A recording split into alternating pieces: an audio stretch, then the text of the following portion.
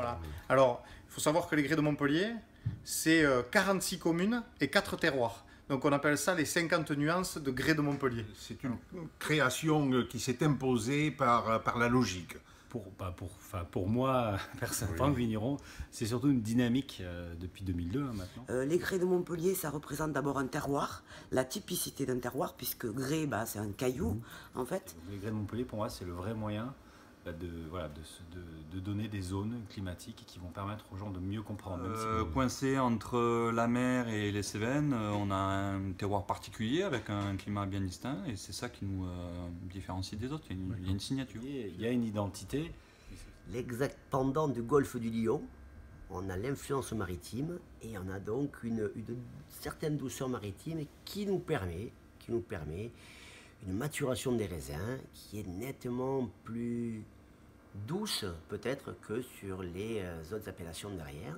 On travaille sur des vins qui sont cachemire, des vins féminins, des vins tout en douceur.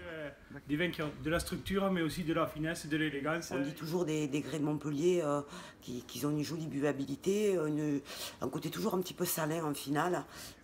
On a un mot pour ça, l'élégance montpelliéraine.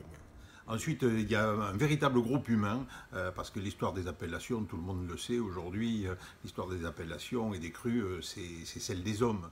Une famille d'amis, une famille de copains. C'est des choses, c'est une histoire humaine, commune, qui se partage, qui se travaille, c'est comme tout.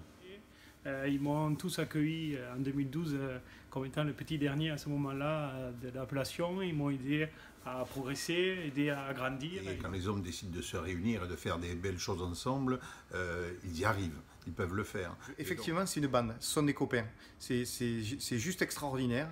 À chaque manifestation qu'on fait, les gens ont l'impression de voir une bande de potes qui promeut leur association. Une belle aventure humaine avec Montpellier, ville-centre. Et puis c'est l'appellation emblématique de la ville, donc évidemment on en est très fiers.